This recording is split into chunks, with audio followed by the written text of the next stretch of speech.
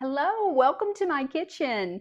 Today I'm going to show you how to make a cake that I have been making for years, and it is a Texas sheet cake. Y'all, this cake is so moist and chocolatey and absolutely delicious. Now, the first step that I'm going to show you is basically what I'm going to call our wet ingredients, although there are a couple more wet ingredients towards the end. Now I'm adding a cup of water to a saucepan, and we're actually going to heat this up.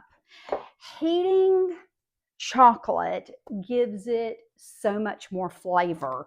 It helps the chocolate to kind of bloom, so to speak, and it's going to give this sheet cake so much deep, rich flavor. Now, 3.5 tablespoons go into this cake. I'm going to keep this close by because we're going to need this for our frosting. So there goes that. Now I'm just going to whisk this together.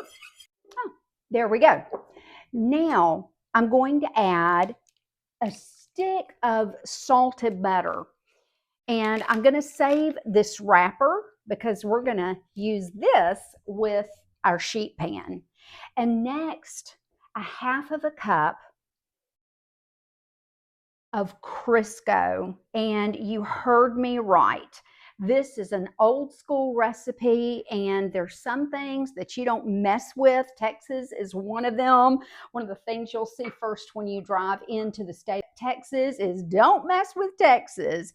And next, don't mess with this cake because it is perfect just the way that it is. Now, what I'm going to do is cook these ingredients. I'm going to allow this mixture to come up to a nice soft boil. That way the butter is fully melted, the Crisco is fully melted, and that chocolate has a chance to bloom. So on this goes. This is perfect. Just came up to a low boil and we're ready to go. And y'all, this chocolate smells so good. What a big difference in heating that before we cook it. Now let's talk about the dry ingredients. I've got 2 cups of granulated sugar here. And next I'm adding my White Lily all-purpose flour. Now 2 cups go into this cake.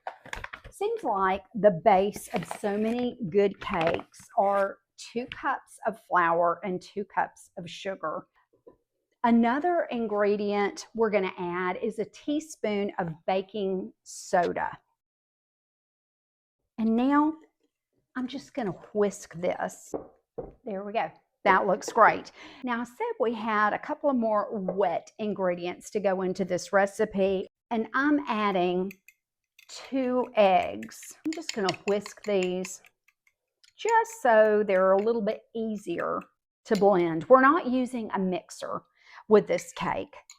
You don't need to, unless you're making pound cakes and things where you need to cream the butter and sugar together. Really, you don't need a mixer. You can just use your whisk. Now, I've also got 1/2 cup of buttermilk and a teaspoon of vanilla. Vanilla and chocolate go hand in hand.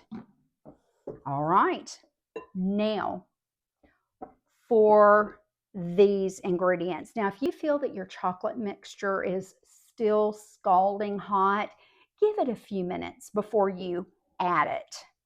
Now, I'm going to just go right in here and gradually pour. And now I'm going to whisk this all together just until everything is nicely blended.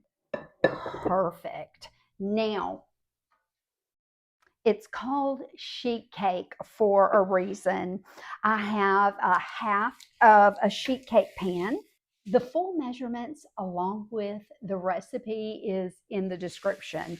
Now I'm going to take my butter wrapper and I'm just going to work this all around. If you don't have a nonstick pan, then I strongly suggest that you grease and flour it. Now this is going right in. Look at this beautiful chocolate batter. Look how silky smooth this is. Now I have my oven preheated to 350 degrees, and this is going to cook for about 25 to 30 minutes. Now, what you want to check for is that toothpick inserted in the middle and it comes out clean. When it does, this is ready. Our cake just has a few minutes left to cook, and while it's still in the oven, I want to go ahead and start on the frosting. Now I have this same pan that I used to mix our wet ingredients in for the cake. No need to wash it, and I am going to use it for this frosting. Now I've got 1/3 cup of buttermilk, and remember I told you I'm going to keep this close. I'm adding another 3.5 tablespoons. So 7 tablespoons of chocolate go in this Texas sheet cake. Another saying that we had in Texas is everything's bigger in Texas. So whoever invented this recipe said go chocolate or go home. And I'm just going to whisk this just a little bit. And next, I'm adding another stick of butter. Yep, 2 whole sticks in this recipe. And this is salted butter, by the way. Now I'm going to do the same thing with the frosting that I did with the cake, and that is I'm going to heat this just until it comes to a very slow boil on medium-high heat. This is perfect. See just how it's coming to the soft boil. And again, bringing this chocolate to a boil just brings on the flavor. Heating that chocolate makes all the difference in the world. Now I'm adding 3 cups of powdered sugar to this. And I'm adding it 1 cup at a time simply because it's easier to stir in. Look at this. Beautiful. Oh, that looks so good. Now we've still got a couple of more ingredients. I'm adding a teaspoon of vanilla. What did we say earlier? Chocolate and vanilla are best friends. Stir that in. And last, I'm stirring in 1 cup of chopped toasted pecans. Now, if you're not a fan of pecans, you can just eliminate those. But we love our pecans here in the South. Now, you can also add walnuts, or like I said, nothing at all, just the chocolate. Now, this cake is ready.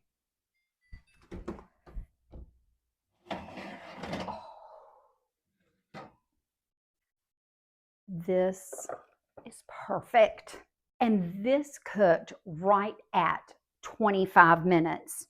Now, you want to frost this cake when it's nice and hot and while the frosting is still warm. And I am going to poke just a few holes in this cake. Now, let me just give this another good stir.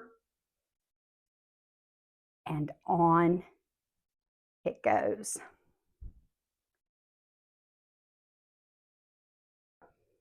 And I want to go ahead and spread this all over the cake.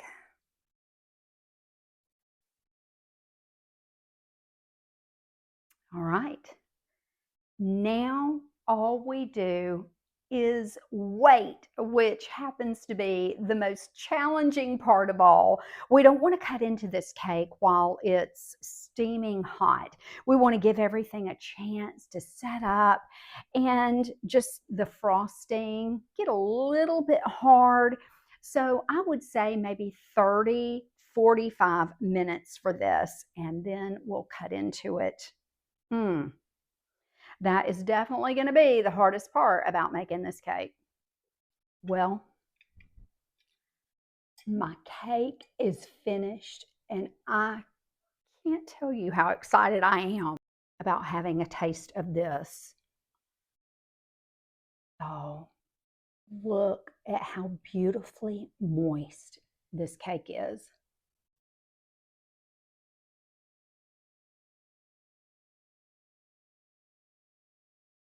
This is a little slice of heaven.